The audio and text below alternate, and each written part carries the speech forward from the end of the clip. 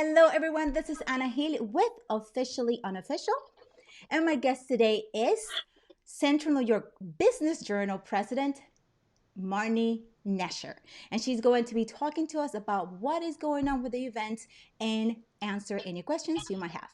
And without further ado, here is Marnie. Hey, Marnie.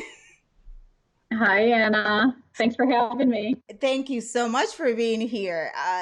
This is a great honor because I always see you on the big screen, and then now you are here with me. Yes, usually it's the opposite. I get to do the interviewing versus the opposite. Yes, being Yeah, interviewed. yeah, you're doing good though. We'll see. It's not over yet. Hey, so Marnie, first of all, I got to tell you, I miss all of the events that you guys put together. You guys do such an amazing job, and I'm just missing it so much. And I can only imagine how much the award recipients and the supporters are missing it as well. But you have good news for us, right? So we're gonna go on, and I'm going to let you take it over and update us on what is going on with the events. Okay. Well, thanks, Anna. I mean, yes, we do have some good news. As you know, with the pandemic, we've really everything was put on hold for a period of time, and as businesses are starting to open back up, and we're learning more from not only the governor but also from the county executive Ryan McMahon, we're learning more and more information as to when we can reopen, how we reopen, and how we can produce the events that are going to be safe, that are going to abide by the laws, and that are still going to be, I think, that experience that everybody wants to have, where we can go out and congratulate and really give a great shout out to our honorees, because we do award recognition events. We're not a conference event organization, and our award recognition events are really very important to the business community and to the individuals, and we don't want to lose that. So our hope is we're taking our first event, which is our nonprofit awards. We already had our honorees that we had announced, and we were getting ready for the event. It was supposed to be held in March, and then all of a sudden the pandemic happened and we had to postpone it. Mm-hmm. So that was on hold. We're getting ready. We have a plan A and we have a plan B as to how we're going to continue with this event.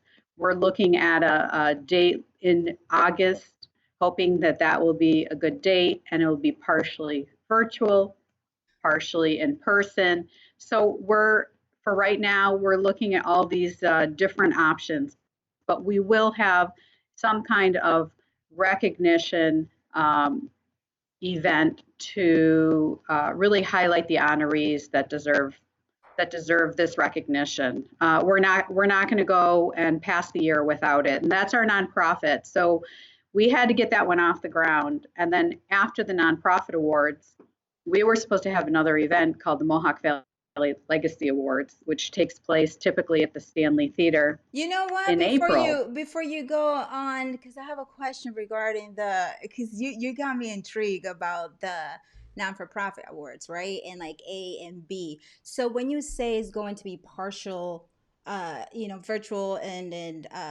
in person, can you share what that will look like? Well, I really can't share too much because we're really in the beginning stages, and it's a situation that changes constantly.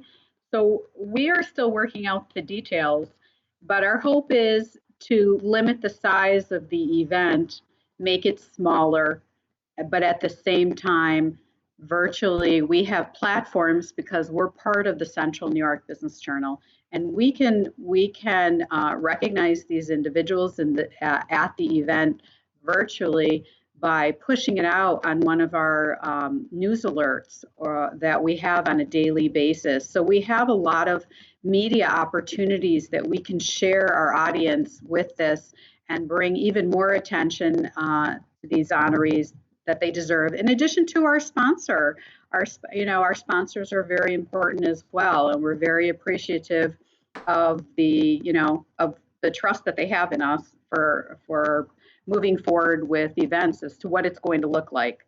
So it's still too early. I don't want to share details because I'm sure Jill, the director, will slap my hand. We're still working out the details. Every day it's changing, and it's really about being patient. But we guarantee that we will have a wonderful event where we will be able to highlight these honorees and make it worthwhile and get the business community excited again. And that was always our first event of the year before we took off for the rest of the events. Mm-hmm. So we're going to set the tone. Hopefully, we'll set the tone for the rest of the community as well.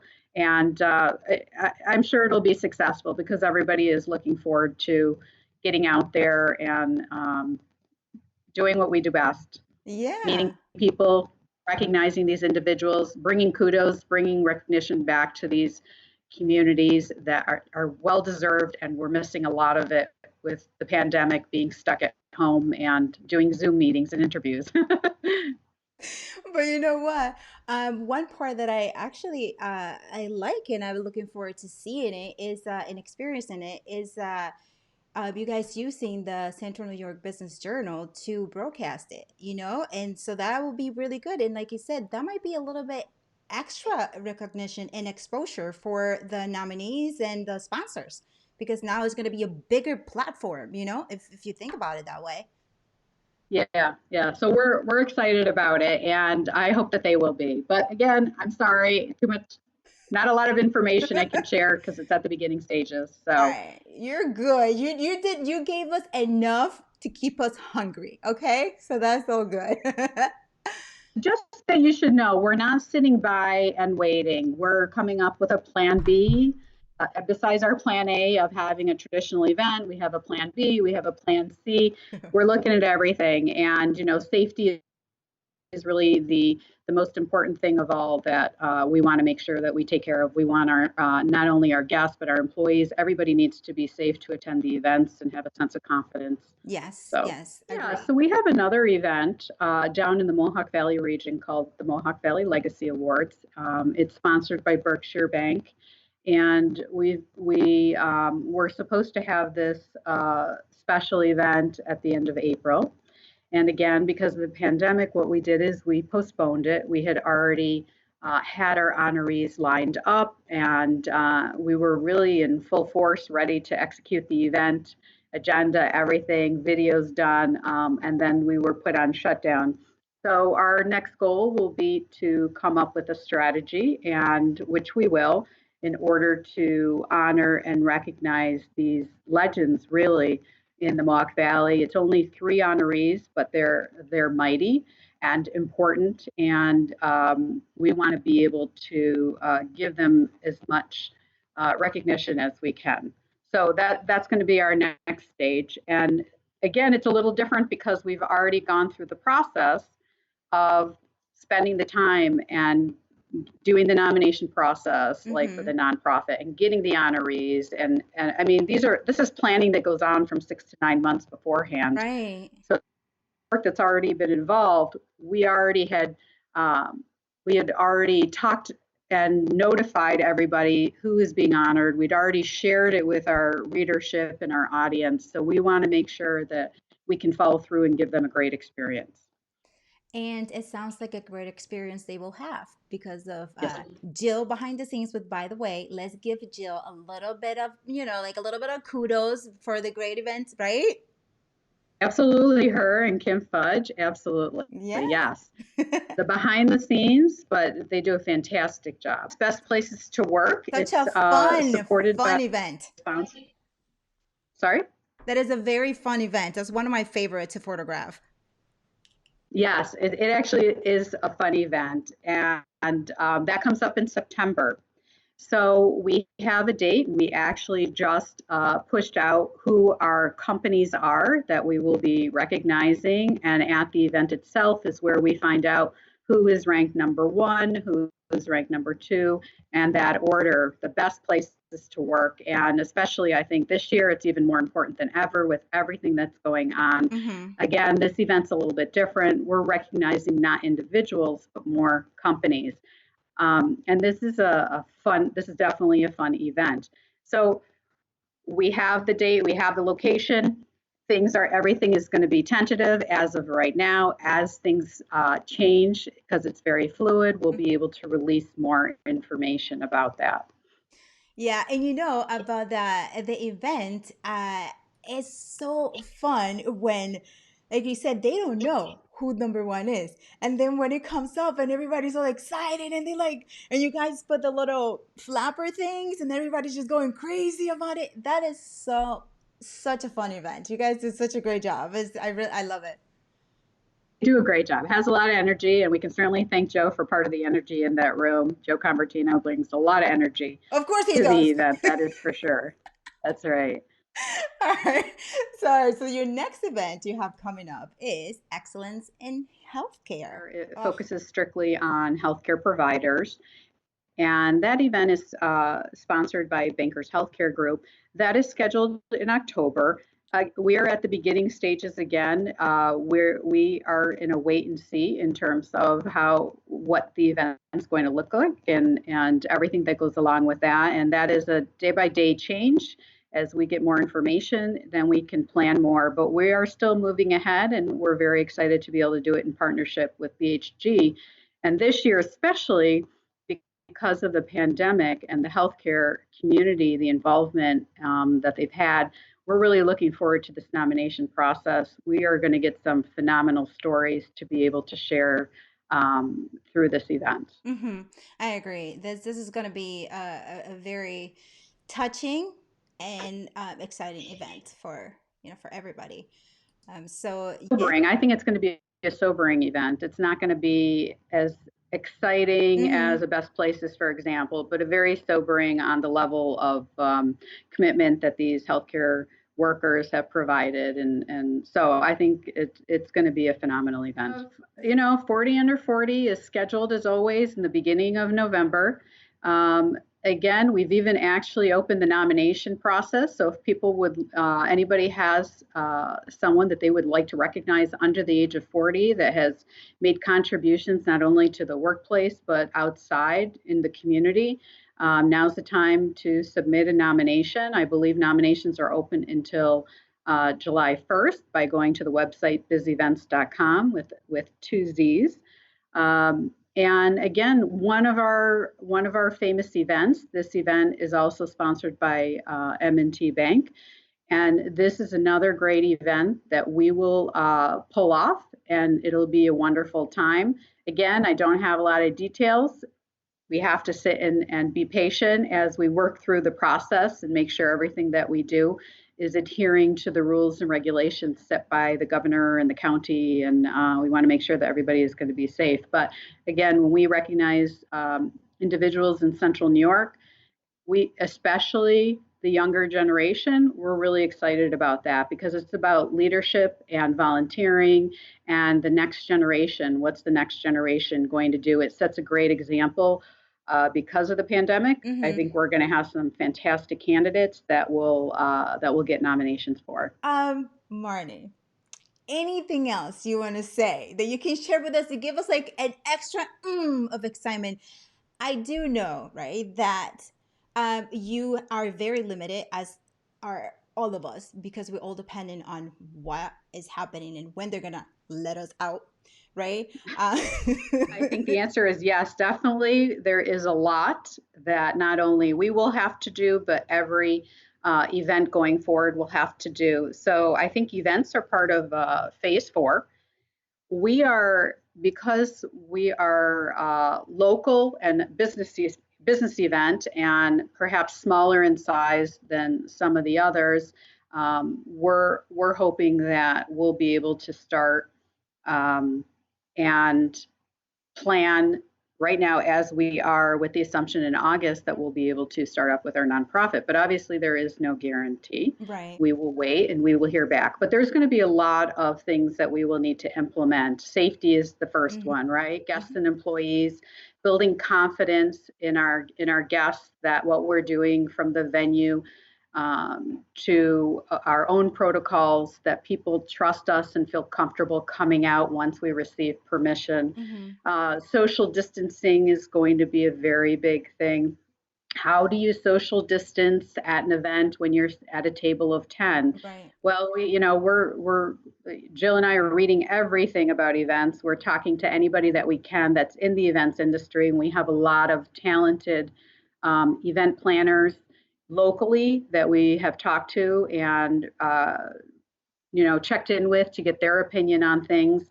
We're going to have to come up with a system for that, right? How are we going to have guests? Are we going to have to limit the number of attendees? Mm-hmm. Signage, we're probably going to need a lot of signage to direct people to keep distance, how they keep distance. Do people have to enter one way, exit another way?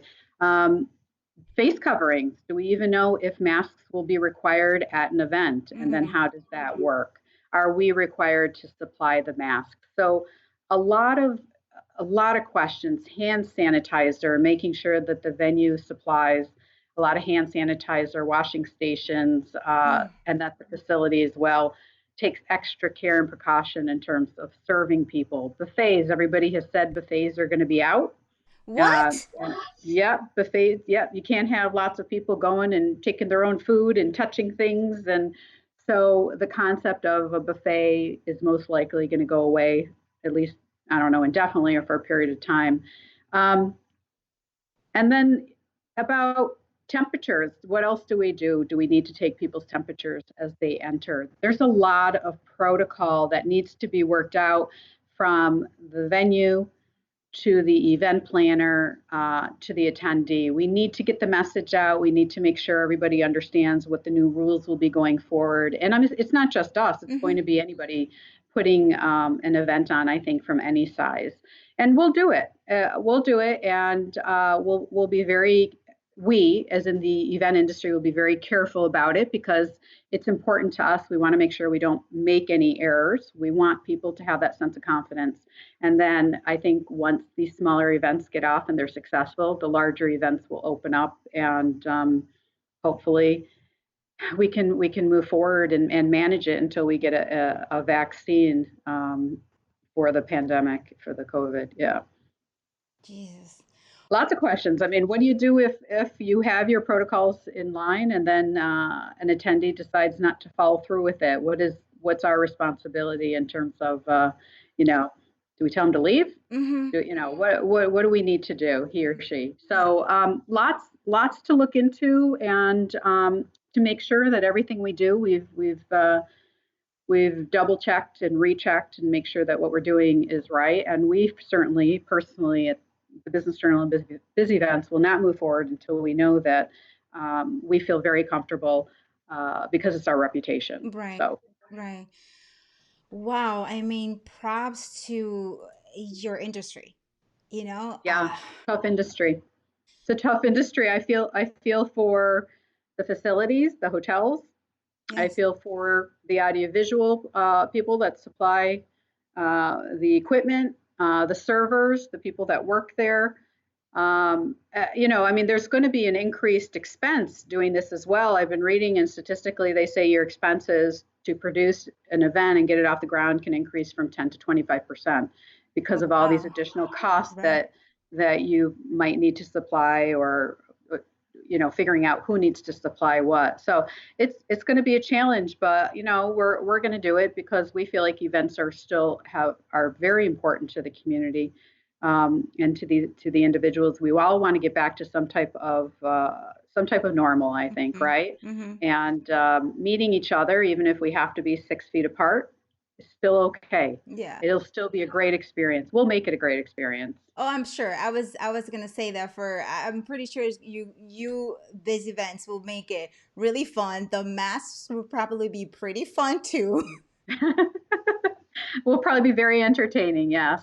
Yeah. Yes. Whenever you guys call me, Anna, there's an event so you can photograph it. Is I I love it because I know it's going to be fun, and the people that Thank you have you. there, and the attendees, the nominees, the sponsors. I mean, everybody is in such a good mood every time, so Yeah. I'm looking forward to Well, and you do a great job, and you do a beautiful job with your photography. So thank you for participating with us. We love what you do. Yeah, thank you, thank you. Yeah. But hey, so anything, that's it. You cover basically everything that's happening, and with the events coming forward and the precautions that this event is taking to make sure that when you do come back, that everything is taken care of. So that's thank you so much for that. I'm sure Thank yeah, you.